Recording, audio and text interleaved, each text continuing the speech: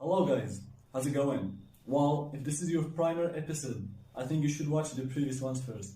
And if you're not familiar with us, we're all about attempting to remove the massive misunderstanding among Morocco and the rest of the world. Additionally, we're trying to bring more harmony to your lives and perhaps attempting to reduce the rate of culture shock.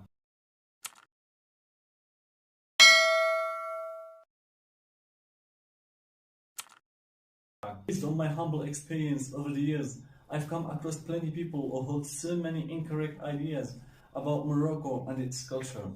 So our channel's essential purpose is to clarify those hidden aspects. So hopefully we're doing a good job so far. Concerning today's video, we've brought you another mythological creature. Guess who it is?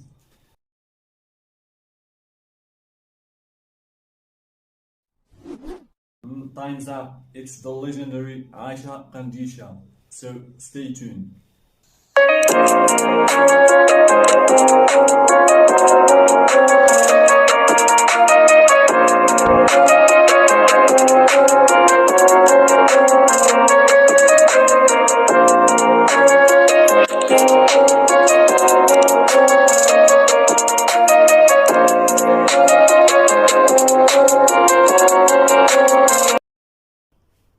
Welcome again. Before we get started, let me remind you to join our humble community by pressing the subscribe button. And if there's a certain topic you want us to talk about, make sure to let us know in the comment section below. So without any further ado, let's dive right into it. Firstly, who is Aisha Kandisha?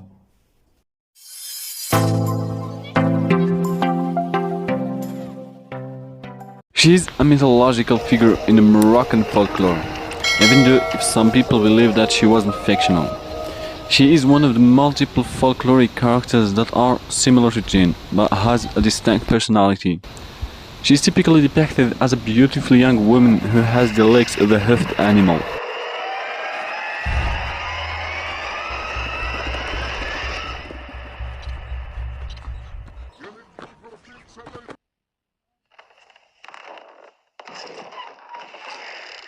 Although it's sort of a controversial topic, her descriptions vary from one region to the other within Morocco. She is considered in some other areas otherwise. She is imagined in the form of an old, greedy and envious terrifying witch, and it's also believed that she takes a close resemblance to the cemetery mule.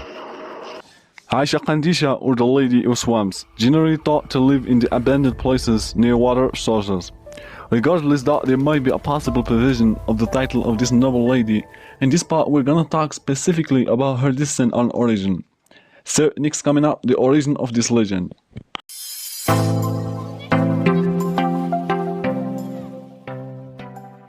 As I previously mentioned, it's quite a controversial topic. There are a lot of different opinions regarding whether she's human or otherwise, or whether she's old or young. There are a significant amount of people who claim that she was the daughter of the king of Jinn. On the other hand, there is quite another assumption that she was a real woman who descends from a noble family whom eventually expelled her and threw her out for unknown reasons. So she went to live in the forest, and she developed strange skills to defend herself. There's quite another hypothesis that her husband was killed by the Portugal army, so she went performing dark magic so as to revenge her husband. Legend has it that she also cooperated with the Moroccan army against Portugal. She showed skills and courage in the battlefield till they thought she was a fairy, a miserable frightening creature.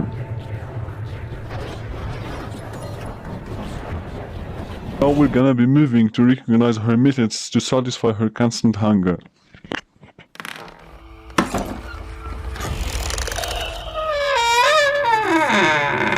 In order to curb her constant hunger, she fascinates me with her beauty, then she leads them to isolated places to feed on their fresh blood. According to our ancestors, the only weapon that can kill her, and the one thing she's terrified of, is fire. And by the way, most of these fairy tales are coming from the old generation, and most of them say that Aisha Kandisha is neither a demon nor a witch. According to them, she was an activist, a resistance fighter. This may come as a shock to you, but do you know that There are so many characters similar to her globally. Now we'll make a transition to reveal those similar characters to her and elsewhere.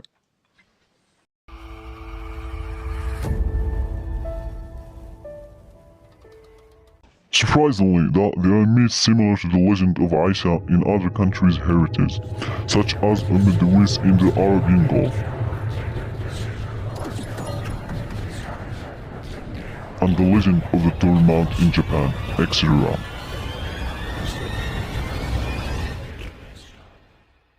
Moroccan culture is full of legends, myths, epic tales, and magical characters. And at some point the imagination meets the truth and the legend with reality, so we find that these stories have become an inherited heritage that is so close to become the fate of so many countries. Despite the fact that these legends and myths represent our cultural heritage, some of them just stopped making sense by going way too far to violate the teachings of our Islamic religion, such as getting involved with magic, asking for wishes from the jinn and other creatures, or seeking blessings in certain places as if they were sacred. In a nutshell, all of these are prohibited actions in the Muslim society.